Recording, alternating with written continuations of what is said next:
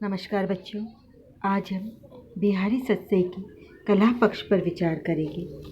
भावों का बहुत उदात्त स्वरूप चाहे बिहारी में न मिलता हो, परंतु भावों को अभिव्यक्त करने की कला में बिहारी सिद्धहस्त हैं। उन जैसी कला की सूक्ष्म कारीगरी का कौशल अन्य किसी कवि में नहीं मिलता।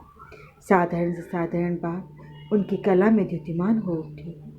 नीति और भक्ति के साधारण कथन भी बिहारी की कला के संयोग से सरस और मार्मिक हो गए हैं। बिहारी ने शब्दों की मणिमाला में भाव सूत्रों को ऐसी कसावट से कूद दिया है कि देखते ही बनता है। उन जैसा उक्ति वैचित्र्य और वाग वैदग्ध्य अन्यत्र नहीं मिलता। यही बिहारी का बिहारीपन और उनकी काव्य कला की सबसे बड़ी विशेषता है। अलंकार योजना। अलंकारों की जगर मगर से कविता कामिनी का श्रृंगार करना रीतिकालीन काव्य की प्रमुख प्रवृत्ति रही है। बिहारी भी अलंकरण की चमक दमक पर रीझे हैं, पर अलंकार उनके काव्य में साध्य न बनकर साधन के रूप में प्रयुक्त हुए हैं। केशव की भांति उनके काव्य का सौंदर्य अलंकारों से छिपा नहीं है, अपितु उसके संसर्ग से वह बहुत निखर उठा है। वे भावोत्कर्ष में सहायक ही हैं, बाधक नहीं। कुछ देहों में शब्द अलंकारों की कलाबाजी का शाब्दिक चमत्कार मात्र मिलता है। उदाहरण के लिए देखिए, अजो तरयोन्यो ही रयो श्रुति सेवत इक अंग, नाक बास बेसरी लयो लही मुक्तनु को संग। यहाँ श्लेष का चमत्कार है। तरयोना के दो अर्थ हैं, कान का एक आभूषण और दूसरा अर्थ है तरा नहीं। श्रुति के भी दो अर्थ हैं, पहला अर्थ कान है और दूसरा अर्थ वेद है। नाक नासिका और स्वर्ग के अर्थ में आया है, तो मुक्तन मोती और मुक्त पुरुष के अर्थ में प्रयुक्त हुआ है। कहीं कहीं पर शाब्दिक चमत्कार के द्वारा बड़ा ही शिष्ट हास्य उपस्थित हो गया है। निम्न दोहे में श्लेष की योजना हास्य की सृष्टि करती है। चिर जीवो जोरी जुरे क्यों न स्नेह गंभीर, को घटे ये वृष भानुजा वे हलदर के वी। अर्थालंकारों में बिहारी ने साम्यमूलक अलंकारों का ही प्राय प्रयोग किया है। ये अलंकार कविता कामिनी का अंग बनकर भावाभिव्यक्ति में सहायक हुए हैं।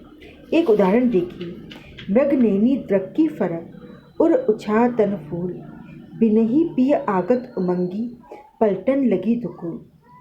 उक्त दोहे में 10 अलंकार बताए गए हैं।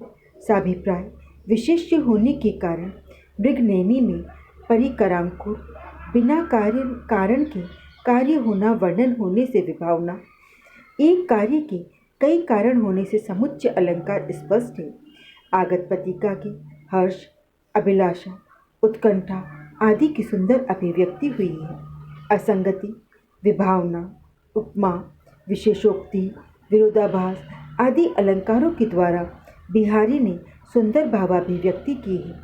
कुछ उदाहरण देखिए, सोहत ओढ़े पीत पट श्याम सलोने का, मनहु नीलमणि शेल पर आतप पर्यो प्रभाव। यहाँ पर उत्प्रेक्षा की बहुत सुंदर अभिव्यंजना हुई है।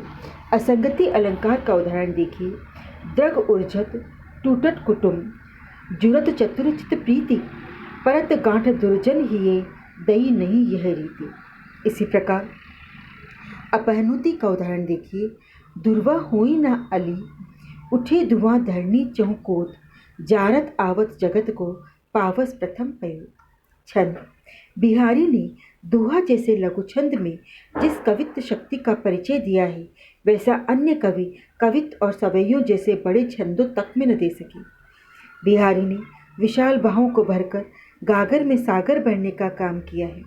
दोहों की समास पद्धति की कला में बिहारी बहुत प्रवीण है। उन्होंने शब्दों को उसी प्रकार दोहों में मिला लिया है जैसे कोई कुशल जोहरी आभूषणों में रत्न जड़ता है। बिहारी के दोहे पिंगल के नियमों पर खरे उतरते हैं। उनके दोहों के लिए निम्न उक्ति प्रसिद्ध है। सतसैया के दोहरे जो नाविक के तीर, देखन में छोटन लगे घाव करे गंभीर। भाषा। बिहारी की भाषा प्रौढ़, ठोस, चुस्त और परिमार्जित है। पंडित विश्वनाथ प्रसाद के शब्दों में बिहारी की को भाषा का पंडित कहना चाहिए। घनानंद आदि दो एक कवियों की बात तो हम नहीं कह सकते, पर भाषा की दृष्टि से बिहारी की समता करने वाला, भाषा पर वैसा अधिकार रखने वाला कोई मुक्तक रचनाकार दिखाई नहीं देता। बिहारी की ब्रजभाषा में पूर्वी बुंदेलखंडी, खड़ी बोली, फारसी और अरबी के शब्द भी प्रयुक्त हुए हैं, किंतु उनसे स्वाभाविकता कहीं भी नष्ट नहीं हुई है। बिहारी की भाषा में नीतिकाल के अन्य कवियों की तरह तोड़ मरोड़ बहुत कम है। उनकी भाषा में समाज शक्ति ही उनकी सफलता का प्रमुख कारण है। मुहावरे और लाक्षणिक प्रयोगों से भाषा में सजीवता आ गई है। कुछ उदाहरण देखिए। छुबे छमुदी पहुँचो गिलत, सूदे पाए न परत है, मही शोभा के भा मुठी सी मारी, बलि बावन की व्योत सुनी को, हरि तुम्हें पति आई, आली बाड़त विरह जो पंचाली को ची। भाषा माधुर्य। बिहारी की भाषा माधुर्य गुण से परिपूर्ण है। वह कंकन किंकिन नुपुर धुनी की तरह मन को मोह लेती है। शब्दावली चयन में भाव्य साम्य ध्वनित हो उठता है। उदाहरण देखिए। रस सिंगार मंजनू किए, कंजनू गंजनू देन, अंजन रंजन हूँ बिना, खंजनू गंजनू ने। नब लाली चाली निशा, चटकाली ध्वनि किन्न, रतिपाली आली अनत, आई वनमाली। मुक्तक शैली। बिहारी मुक्तकार कवि हैं।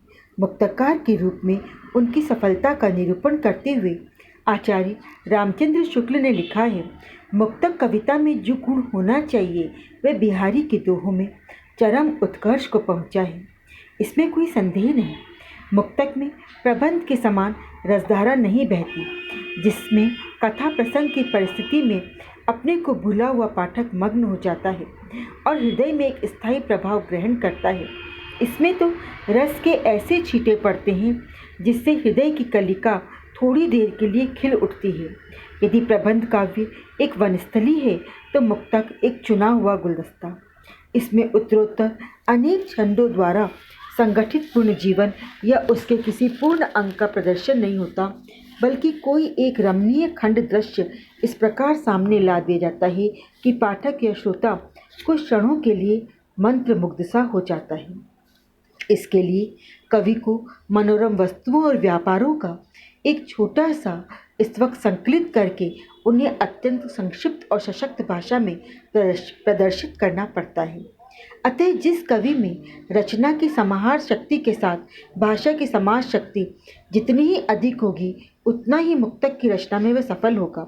यह क्षमता बिहारी में पूर्ण रूप से विद्यमान थी। निष्कर्षतः कहा जा सकता है कि बिहारी का काव्य केवल कला का कसीदा न होकर भावों का वैभव है। उसमें बड़ी पच्चीकारी से भावों को इस प्रकार सजाया गया है कि उनका प्रत्येक दोहा तीर के समान हृदय पर मर्महित सीधी चोट करता है। पाठक उसके अनूठे सौंदर्य को देखता रह जाता है। धन्यवाद।